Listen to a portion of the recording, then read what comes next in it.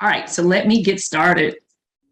Before I can do anything, I have to give credit where credit is due. Because I've learned most and most deeply from patients. We call them patients in the Atlanta VA, but clients that I've been privileged to work with, I want to make sure I take up space for them. And so this training or talk is in dedication to those clients that have entrusted me with their care and that have allowed me to learn from them. And so to those who, because of our societal oppressions, must be raised to be warriors. Those are the words of Audre Lorde, self-identified Black lesbian warrior poet. And on the board, in the picture, there's a Mexican quote, proverb. They tried to bury us. They didn't know we were seeds. The clients that I work with are the most resilient folks I know. And I just am very honored that I get to do the work that I do. What I'd like you to walk away with today after this talk is the ability to really talk explicitly about the centrality of cultural bias and marginalization in our work, even though we don't want it to be able to talk about the differences and the need for cultural equity. I'm going to make an argument for that. Cultural competence and cultural humility is key, and I think there's a component that we need to add about equity and justice in our mental health work. And then identify some culturally equitable strategies for us as clinicians and of course, for our organizations. I always start with discussion agreements because this training or talk is about trying to do what we do even better. And if you're anything like me, if you do your best, and then find out still you are causing unintentional harm, it can bring about discomfort. So I have to prepare myself to lean in and thwart the natural inclination to move away from discomfort. So I like to remind myself that there are indicators of me checking out. So I just wanted to review them for you. So if you start to feel overwhelmed or defensive or upset, even bored, guilty, that might be an indicator you're moving away, and I want you to lean in. Or if thoughts cross your mind, these cognitions about this is very political, or this would be good for other people to know, or I've heard this before, I need something new, to lean in. And that just means get introspective, write down a question, write a question for me, put something in the chat. And if you find something that is familiar, challenge yourself to look at it, see it in a different way. And I will be checking the chat here and there so that I can see if there's anything that I need to address. I also want this to be a safer space. I don't say safe. I don't know that we can ever make it safe, feeling safe for everybody, but we can definitely try to make our spaces safer. But first, safety, of course, means respectful. It does not mean that we'll be emotionally comfortable. When I do these talks, I do expect discomfort within myself. I already feel it in my hands and in the tingling in my feet because of appearing wrong. Maybe I have been accused of being racist or classist or homophobic.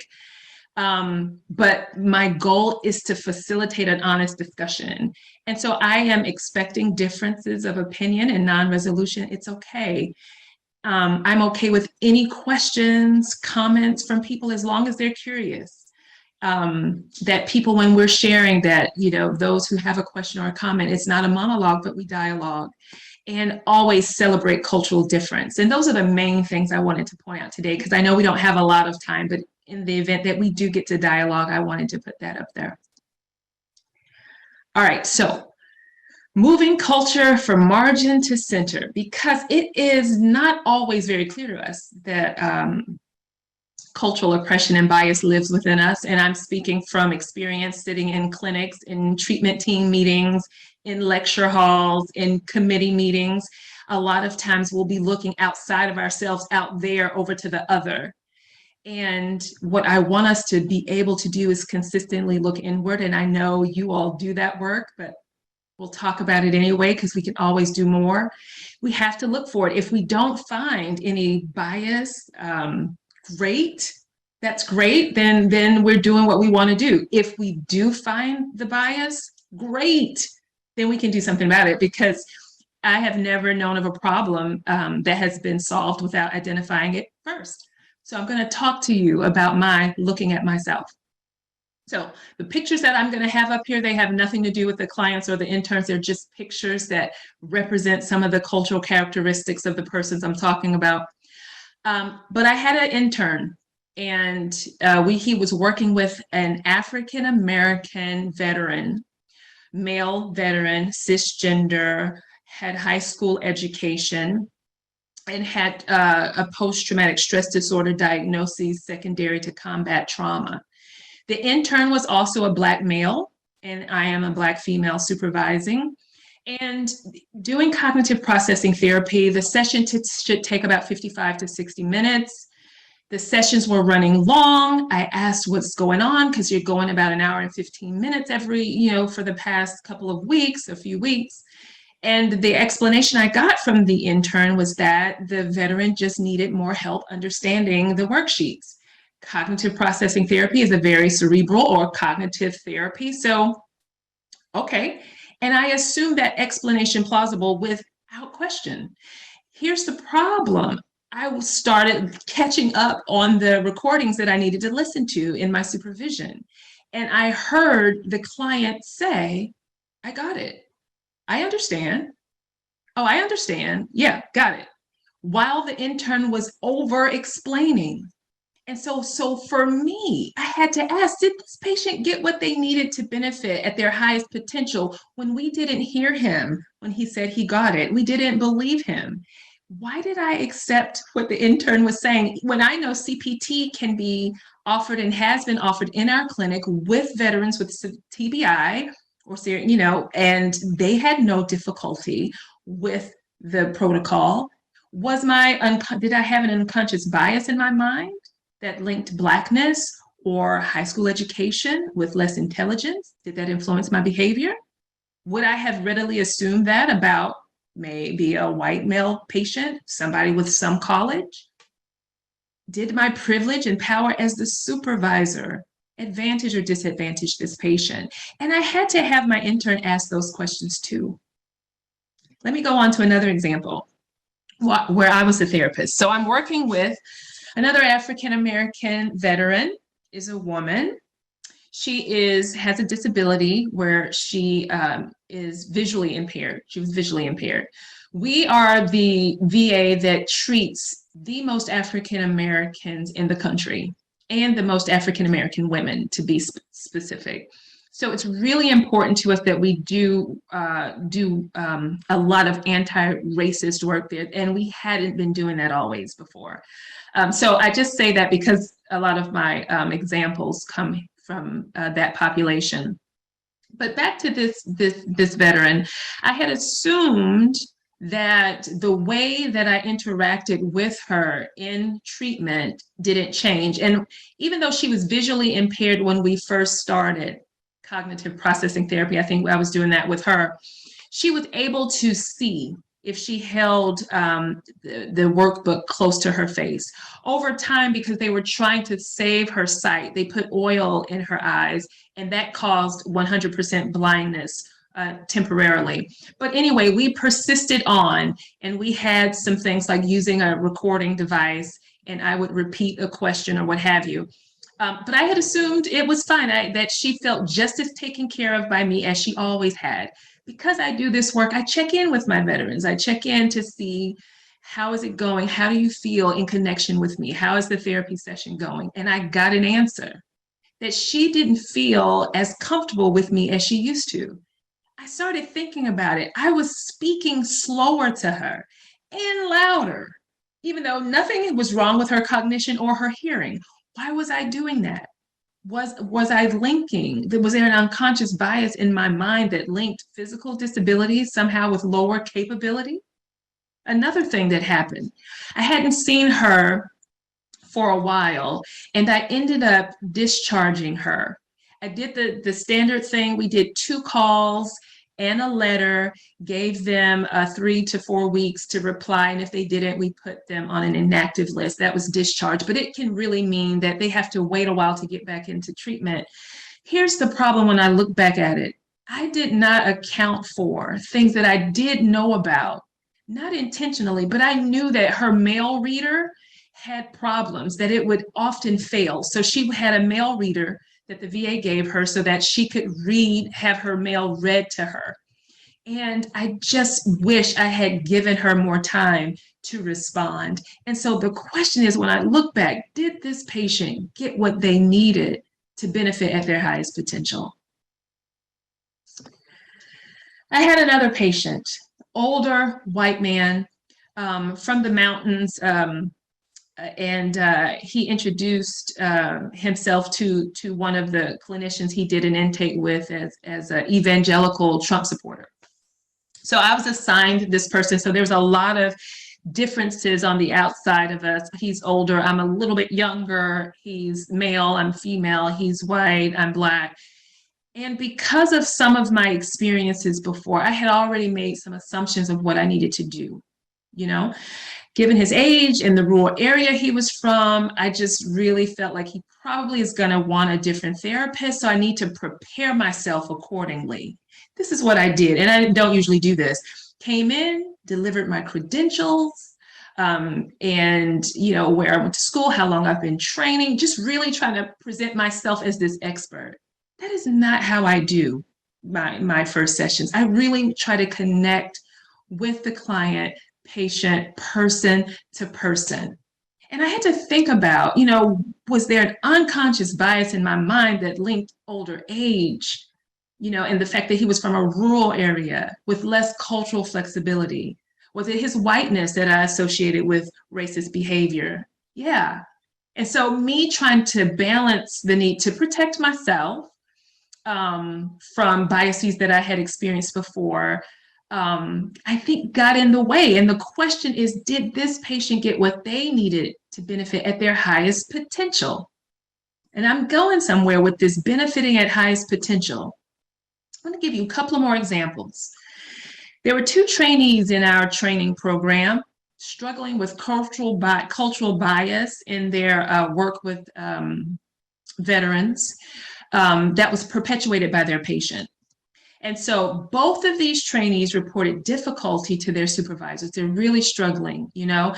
Both of them thought about and explored terminating with the patient because of the patient's culturally oppressive behavior to them. Only one was given additional resources to process that clinical situation. And this is where I came in. I was brought in to do consultation with the trainee and their supervisor, with me, to really see what's going on, how we could help the trainee decide if this is something that they could work through and learn from, or if it's something that we do need to intervene and stop.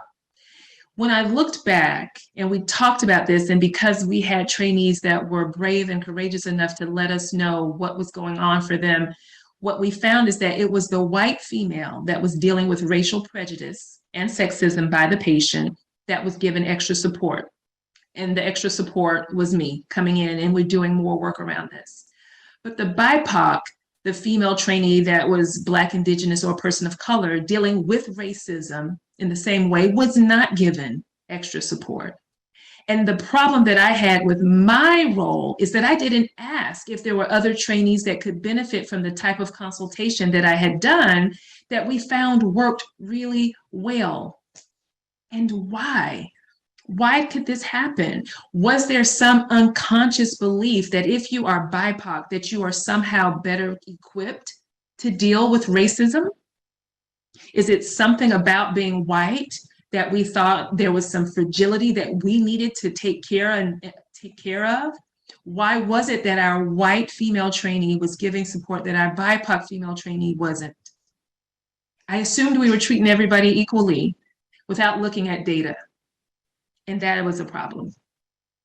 Did that trainee get what they needed to benefit at their highest potential? So these are things that I have been looking at and saying, no, they are not. I was talking with a colleague in a committee meeting at Emory.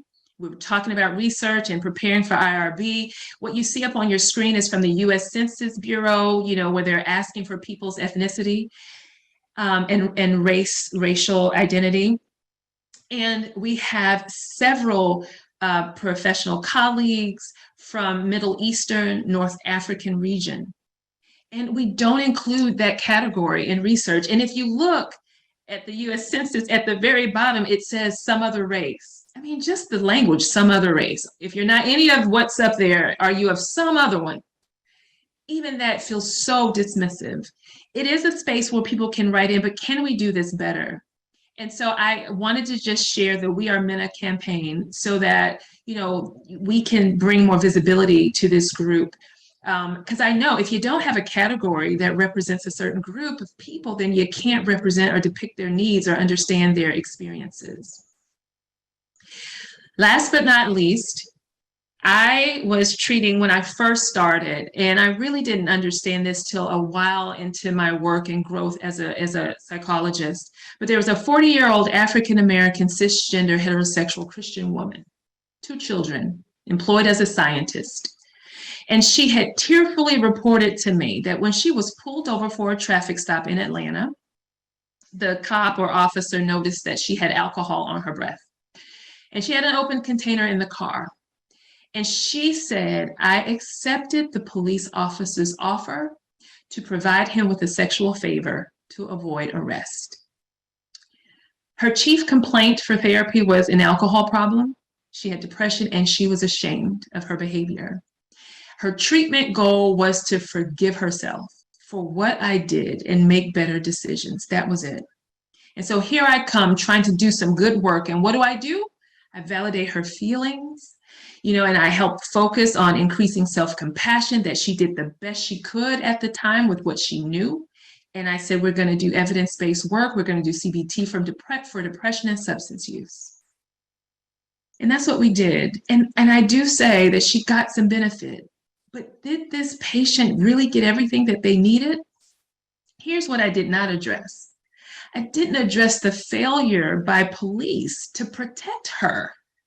And did she really accept, or did she have no choice? Because when you have no power, then you really have no choice, right?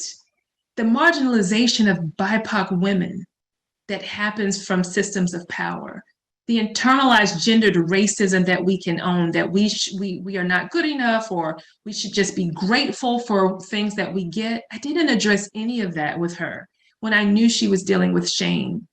I also didn't use CBT to target trauma-related thoughts, despite evidence in the literature that Black women with cognitions, with trauma cognitions, those are more strongly associated with drinking than for white women. So it means, that I'm needing to look at the trauma, because trauma really can influence how much substances people are using. I didn't do any of that.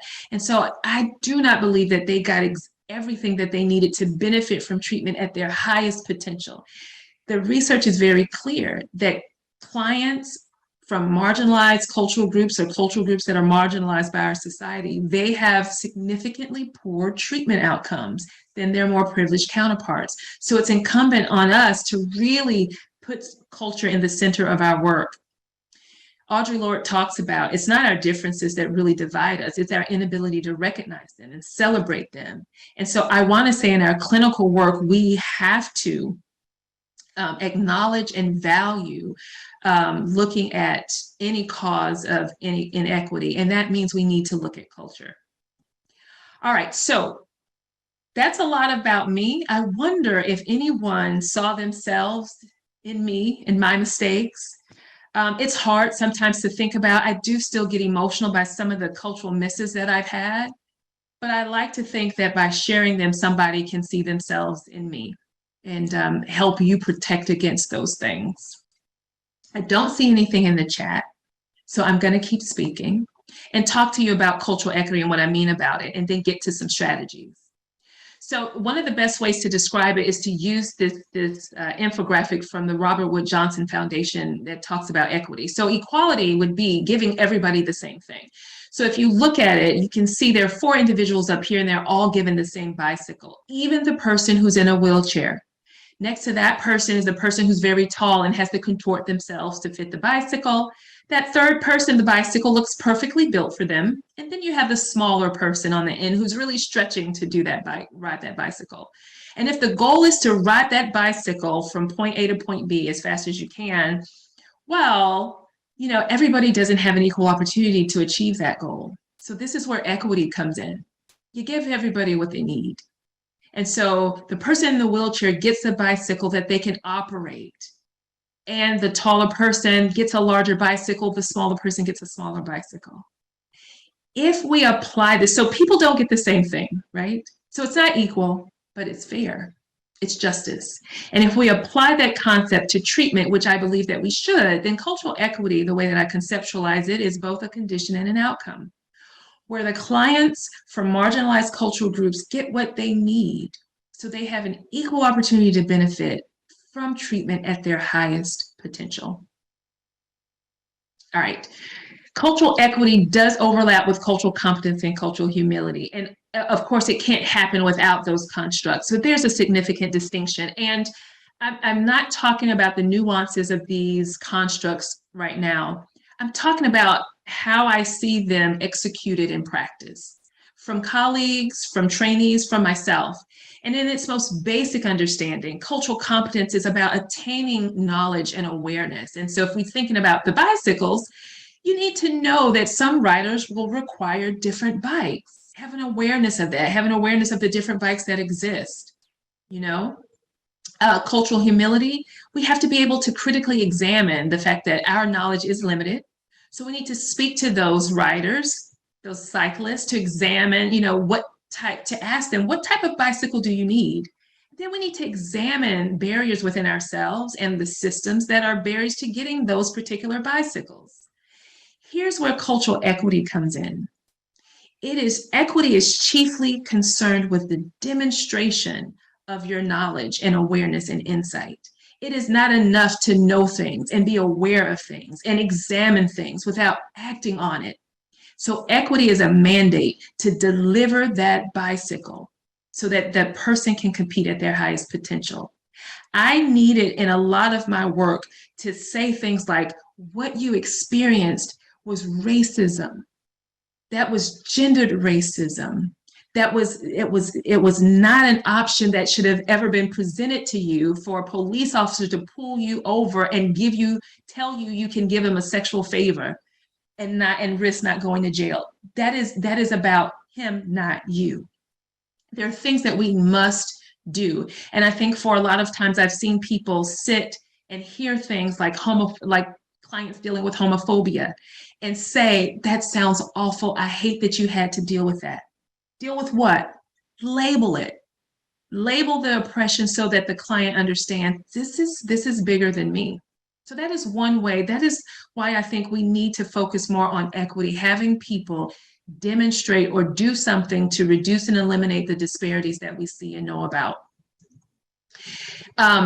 There's a real world example. This has changed now, but on an IQ test, I think we're on WAIS 5. So this was 4, I believe, or WISC 4 for children, the Wechsler test for children. There was a question in there that talked about if a child younger than you hits you, what would you do? And then of course you got points, 1 or 2 points if you say anything about walking away or telling an adult, not being physical with the child. But you got 0 points if the response was anything about being physical. But this one 10-year-old African-American girl, young lady in a very poor neighborhood, it was high crime in Atlanta. I was doing educational testing with her and I asked her that question. What would you do if a child younger than you pushed you or hit you? And she said, I would push them down 1 time. And of course, she got 0 points. The thing is, in thinking about equity and thinking about cultural competence and cultural humility, cultural competence, I have knowledge about African Americans and issues in testing, influence of stereotype threat. I have thoughts, about how maybe I need to, build rapport. Cultural humility, I know that I need to examine my own influence on the client in the therapeutic context. And so I knew I needed to make sure that I talked to her and got some qualitative data about this, because I knew a high crime neighborhood where you got to protect yourself a little differently. I need to understand what she thought about this. And so at the end of the testing, I did ask her, and she said, I would push them down one time because I don't like to fight. If I push them down, they will never bother me again. She got 0 points for a wholly valid experience, valid response for her lived experience. And so an equitable response, the best I could do, because she still got 0 points, is I had to highlight her intelligence and her grit at the top of the interpretive summary. But I should have written the test developer. Thank goodness other people had done that. It was removed from the next version, but I didn't do that. And maybe if I had been mandated to act and eliminate barriers that might have been somewhere under my control, I could have at least been, taught to say something, prompted to say something. So equality treats her the same. Everybody gets the same question. But equity would treat her fairly by saying, this for her experience, maybe this is more valid. So how do we do this? How do we do better? And so here's the skill building parts. And these are just ideas. Some are grounded in the research. Some came about through training.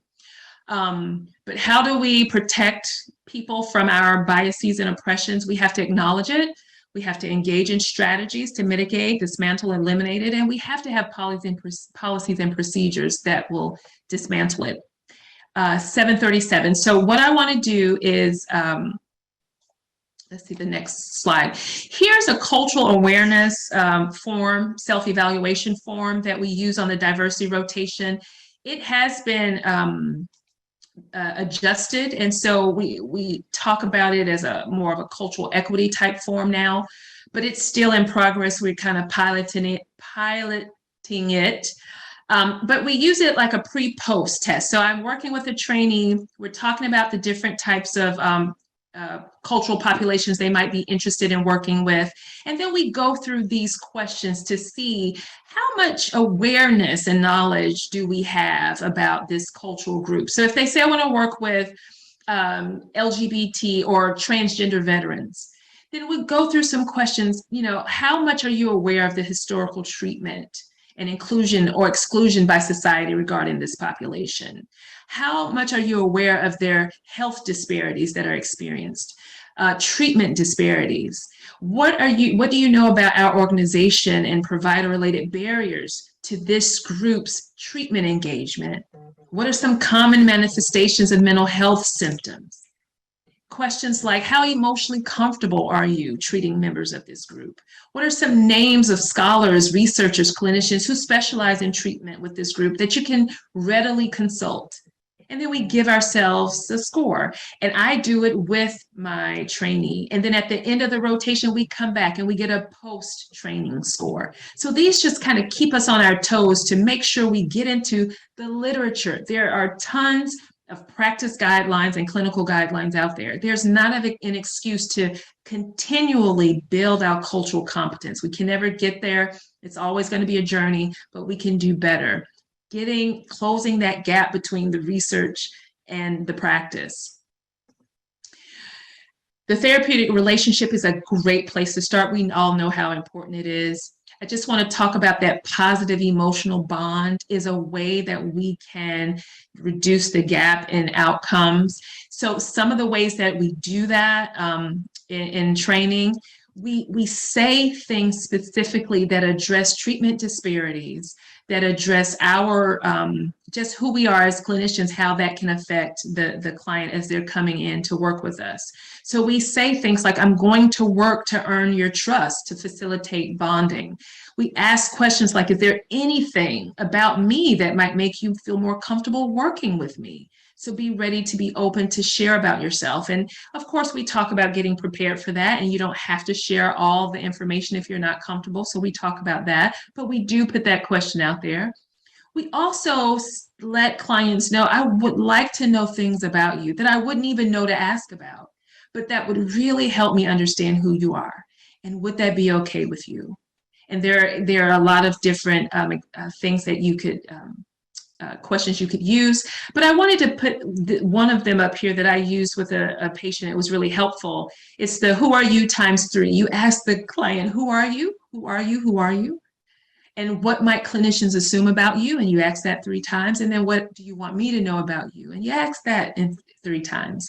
And I had an African American woman who was lesbian, had 1 daughter, was a survivor of a military sexual trauma, and had severe alcohol use disorder.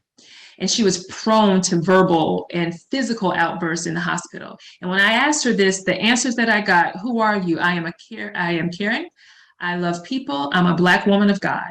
I asked her, what might clinicians assume about you? That I am strong, I don't need much help, and I don't want much help. And I said, what do you want me to know about you?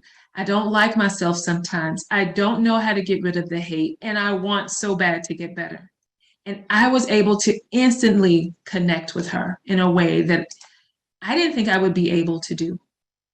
So asking yourself questions about your own way of intervening, in what ways is my theoretical orientation or the protocols I use or the processes that I use, how do they address cultural oppression, racism, sexism, ableism? What stance does my theoretical orientation take?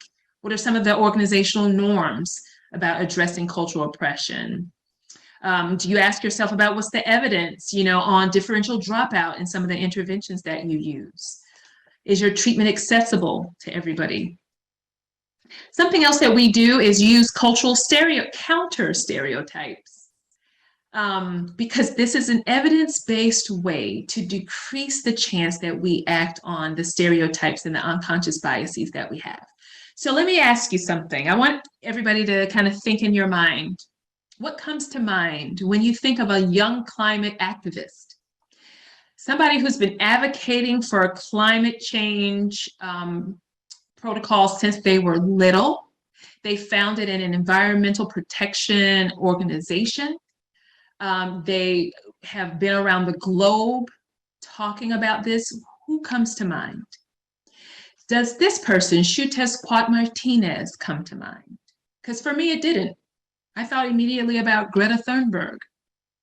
So she does excellent work. Why didn't I know about this person who goes by X?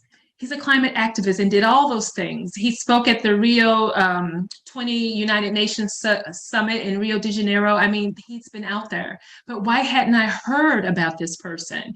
What I want you to know is what Arundhati Roy talked about, that there's really no such thing as the voiceless, that they're only the deliberately silenced or the preferably unheard. So there are people out there that we do not give as much voice to. We're not listening to. We're dismissing what they say, or we're not even asking. And so we need to change that so we can mitigate biases and make sure everybody benefits from treatment at their highest potential. So how can you make sure you're hearing people and perspectives that maybe you wouldn't? Think about your trusted colleagues, the ones that you typically go to consult with and bounce things off of. And do you have any diversity in race and ethnicity and gender identity and sexual orientation, childhood FES, disability status, or other things? And hopefully we all do. And then we got to go a step further and think about, now, how do we protect against groupthink? Because that can be a thing too. And so the way that we protect against groupthink, so we can make sure we're all not just, vibing off of each other because we tend to think alike, even though we come from different places. We need somebody to be contrary. So who feels like being contrary? So in some of our meetings, particularly in the DBT team, this is where it started, but I try to do this everywhere in all the committees that I chair, is we assign a role that there is going to be somebody who acts like the contrarian. And so even if we come up with a wonderful idea that everybody agrees with, we want somebody to come up with a counterpoint. Sometimes people call it devil's advocate, because we want to make sure that we poke holes to make sure we're not leaving anything or catch our own biases. And now to the culturally equitable organization. I want you to think about CPA like I think about GPA at this time. And I'm going to read a series of statements, and I want you to give CPA a point if you feel like it's true for you. and take a point away if you think it's not. And you don't really have to do this, but I'll just go through the questions, but hopefully it gets you kind of thinking about how equitable is our organization, and hopefully it is just what you would hope it would be. So here's some of the questions, and it's not scientific, but these are some of the questions that we think were helpful. And it was based on an idea put out by Crossroads Ministry in Chicago. And we just start thinking, what are some of the things that we want to make sure our organizations live up to? So do you have internal and external statements that acknowledges the presence of cultural inequity and the goal of dismantling it within the organization and the community that you serve, and maybe even society as a whole? Do you have examples that show that that is true, like how your organization has dismantled some inequities? There are examples I could give that show how my organization evaluates aspects of the organizations and restructures if necessary to make sure there's full participation of people from all walks of life. Does my organization implement inclusive decision-making and power sharing on all levels? Is there more than nominal representation of people representing different cultural identities in leadership positions? Does my organization have established and communicated clear procedures for people to report when there's cultural discrimination or harassment? Have we established and communicated clear lines of communication and accountability to those culturally oppressed communities that we serve or that we exist within? Like, do we have semi-annual community town halls? Do we invite people from the community in to talk with us and educate us? Is cultural equity or diversity, equity, and inclusion seen as an organizational asset that's tied to staff and leadership evaluations, promotions, compensation? In determining types of partnerships and relationships we're going to have, do we consider a company or a vendor's or an individual's commitment to social justice and equity efforts? And is my organization actively engaged with the larger community to eliminate all forms of oppression and creating equitable opportunities? Do we have partnerships like with Habitat for Humanity, or do we have formal paid internships with local community colleges? So these are just some things to think about. And I hope that you will, if you haven't used some of them, that you might use them, or if you do use some, you would step it up and use them even more, talk to other people about it, and set goals to do so, and to start small, but to start. And so some examples that I use, I try to disprove my own diagnoses and clinical formulations before I include them in our clinical and electronic charts. I expose myself to try to do this to one different cultural experience each month. And this wasn't recent, but I did read Hillbilly Elegy by J.D. Vance. I loved it. I saw a lot of similarities between my Black and working class background and his Appalachian poor background that he talked about. I try to more fully understand my patients by asking them things that I typically wouldn't know about. And I do consult about a patient at least once with a colleague that I know has a different perspective, or that I assume does. And I'll just leave you with Marian Wright Edelman's quote. She was the founder of the Children's Defense Fund, and she said, "We must not, in trying to think about how we can make a big difference, ignore the small daily differences we can make, which over time add up to big differences that we often cannot foresee." 7:49. So that is what I have for you. And we have a few minutes if anybody has questions or comments or different thoughts.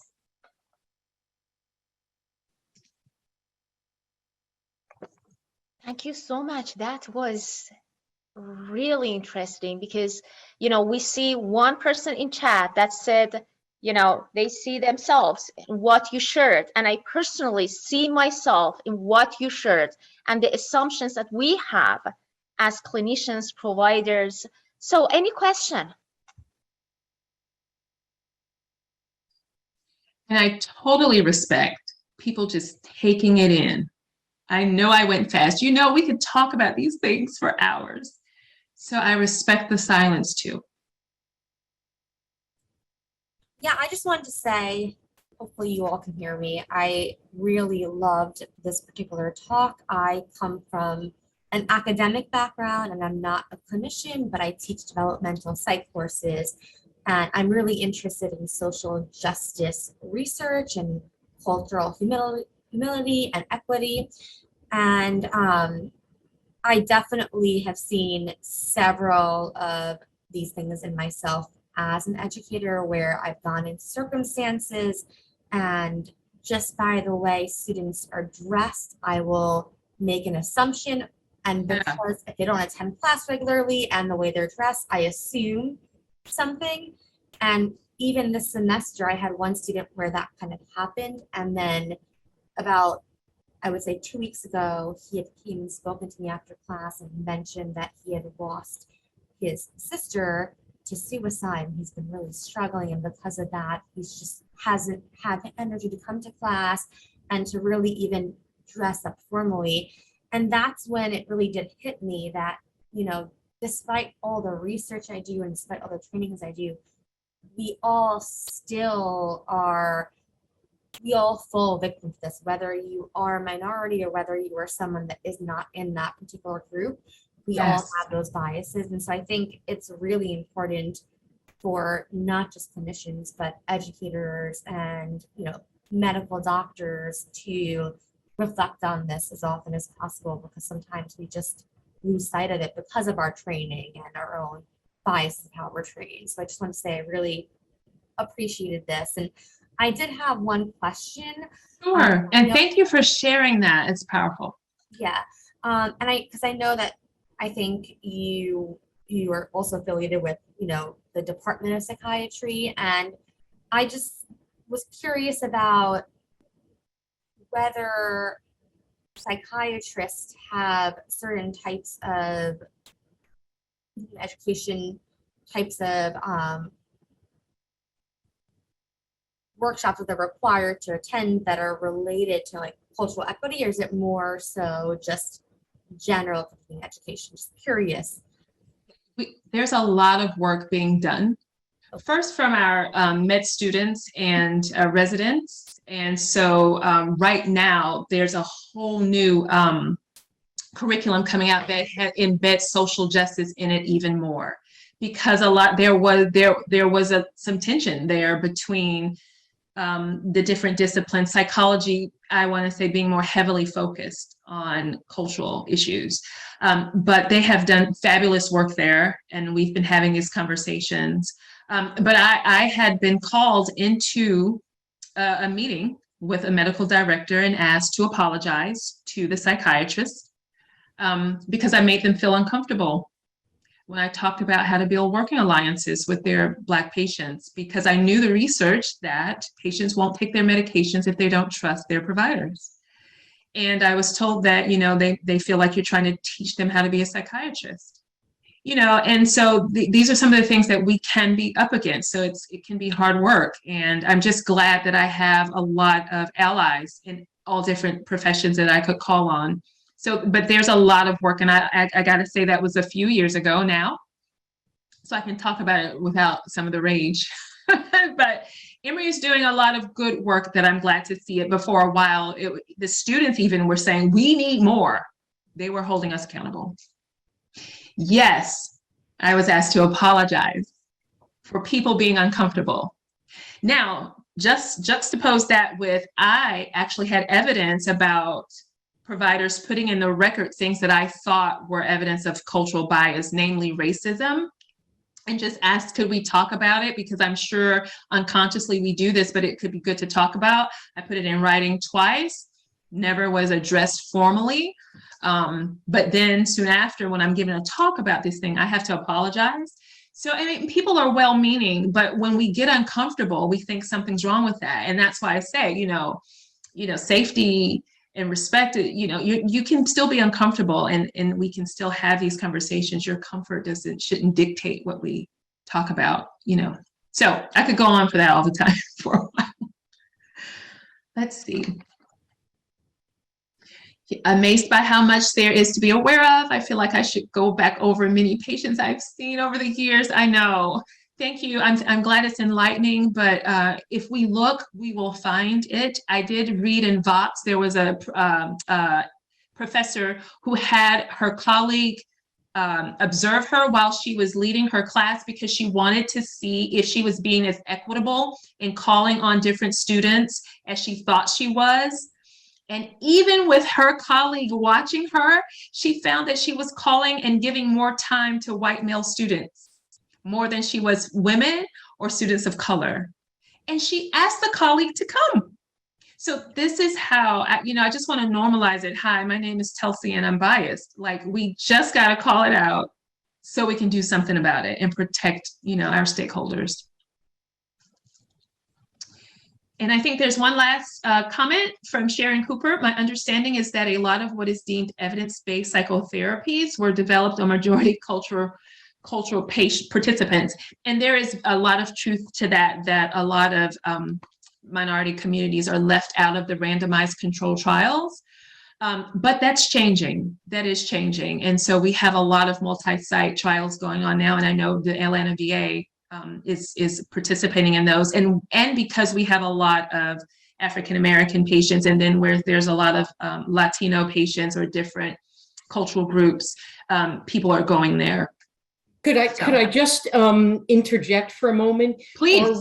Are we trying to fit non-white people into white models and find some support for it, though?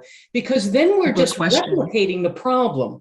And my problem is we don't go outside the standard norms because it makes clinicians who were trained in those models uncomfortable. So I've been raging against this kind of replicating the same thing, only using different populations in what is already standardized norms, which is, I think, a complete wrong way to do it. But that's my pet peeve. I love that. I love that. And so we were advocating about how flexible can we be? If you want us to sign up to be these the therapist in the study, like, how flexible can we be? Like, we're recording sessions. And so can we bring things in there? Like, what are the things that we can bring in? And when we were doing mindfulness, we found that, a lot of the patients weren't connecting with the breath meditation. But if you let them bring in this gospel music that they listen to and just pay attention to the lyrics of the song, that they got the benefit more than just doing the breathing. So I love what you said, Sharon, and I'm sure that is not happening nearly enough, but I'm going to take that back and make sure I'm asking those questions. Love it. Dr. Davis, I just want to say that your authenticity is powerful. It helps us escape the right and wrong game. The virtuosity of your presentation style and the rigor of the data underneath it, you've got some very powerful work going here, and I think it's an example for all of us. And oh, by the way, I'm Stephen, and I'm biased. Hello, brother. Thank you for that. I really do appreciate that. Thank you for it. It helps me to continue to do this work. It can be hard and isolating sometimes, but glad to be around allies in this work. Thank you. So, any other comments or questions before we have our closing remarks? I want to be mindful of everyone's time. I know for a lot of you probably worked all day and have attended. We appreciate so much that you all are here. And we have two more comments on the chat, Chelsea. I don't know if you would like to target those before Nida do the closing remarks. I missed those. Was that for me? Did you want me to read them? I'm sorry. If you would like to, not necessarily. Okay. Yeah, I know it's this. I see the time, so I'll defer to you all. I think there's a question that says, do you have a handout we can share with our colleagues or organizations? I can definitely talk to Minna. She'll have the PDF of it, and please email me if you have any questions or want to talk.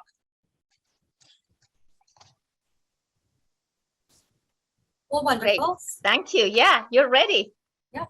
So we just want to thank you all for joining us this evening. Our next speaker series will be on May 26th at 7 p.m.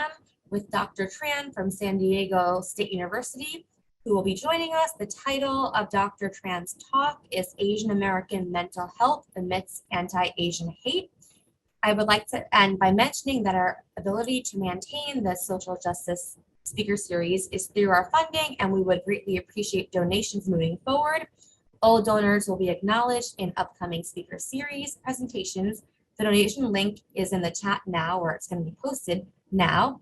Lastly, I would like to invite you to complete our post-survey link, also being added to the chat now. Your responses to our survey will help us in planning future sessions. Again, thank you to our donors for their generosity and support. And thank you all for joining us this evening. And you can also find a list of our upcoming speaker series and events on the CPA website. And we look forward to seeing you next month. And we so appreciate the fact that we had so many people attending tonight. Thank you, Nida. Thanks, everyone. Thank you, Dr. Davis. We enjoyed My a pleasure. lot. Have Take a care. wonderful